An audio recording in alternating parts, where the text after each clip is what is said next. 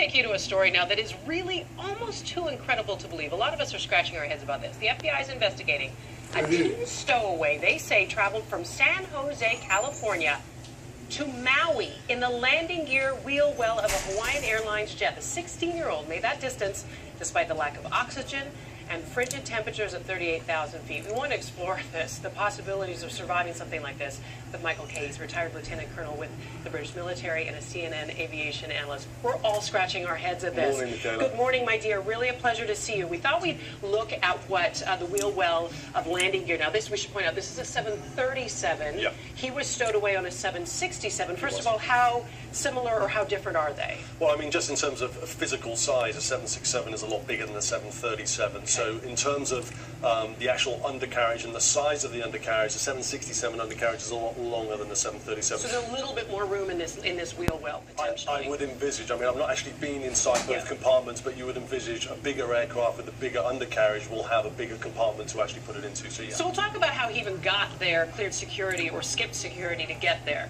But even being inside this compartment, tell us all what is here, and could he potentially cause damage to the plane just by having a human body in that space? Well, I think, Michaela, this is an absolutely brilliant picture, and it shows all of the complexity and all the intricacies inside the compartment. I mean, you've got hydraulic lines, you can see here, you've got all of the electronics, you know, you've got potential fluid systems where you've got reservoirs. I mean, there is a lot going on in here. So anyone climbing up into it that isn't familiar with it, who isn't an engineer, as in a stowaway, could potentially be putting their hand on a hydraulic line or electrics and really dislodging or causing some sort of damage to the internal mechanisms of the airplane. And potentially threatening the lives of the passengers on board. Yeah, absolutely.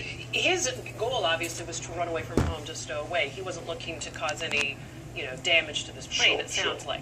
Okay, so then the other thing is, how about the security? I mean, this, I think people on Twitter are going crazy, like, what about security? How was he able to jump the fence? There's apparently security video of him scaling a fence and climbing up into this. Yeah, I mean, this is a huge aspect. I mean, look at MH370 at the moment. You know, it's airplane security, absolutely vital. I still think in this day and age, this is a perfect example that there are still holes within security. Not at the major airports like your JFKs or your LAXs, but at the smaller airports. San Jose is an international airport, so one would think. It is, and if someone can climb inside here, then someone can put something a little bit more sinister in there. And that's the connection that security officials need to make. Let's talk about just the physical survivability of this. What would any person, this was a 16-year-old man who had his health hopefully on his side, what would he be up against physically?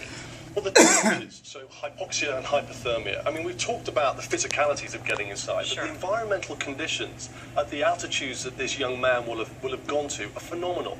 So let's look at the two H's. 38,000 feet. The aircraft generally transits between 30 and 35,000 feet. What happens to the body at 38,000 feet? As you go through 10,000 feet, you develop something called hypoxia, which is a starvation of oxygen.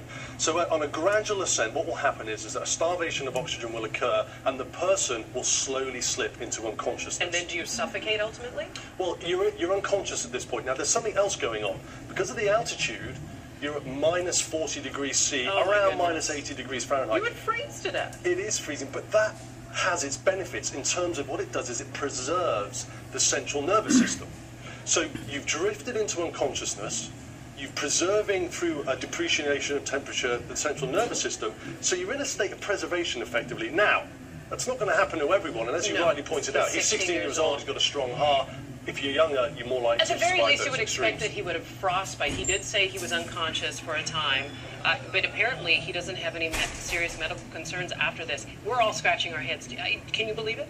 I can't, and actually, if you go to London, there was an Angolan man that was found crumpled on a London street. So these situations don't always end successfully, and they think the way that happened is on final approach into Heathrow, when the undercarriage deploys, he's obviously been killed at altitude and fallen out onto a crumpled street, and that's kind of the way it's occurred. So, as you rightly pointed out, right at the very beginning, this is a staggering tale of survival. It really is.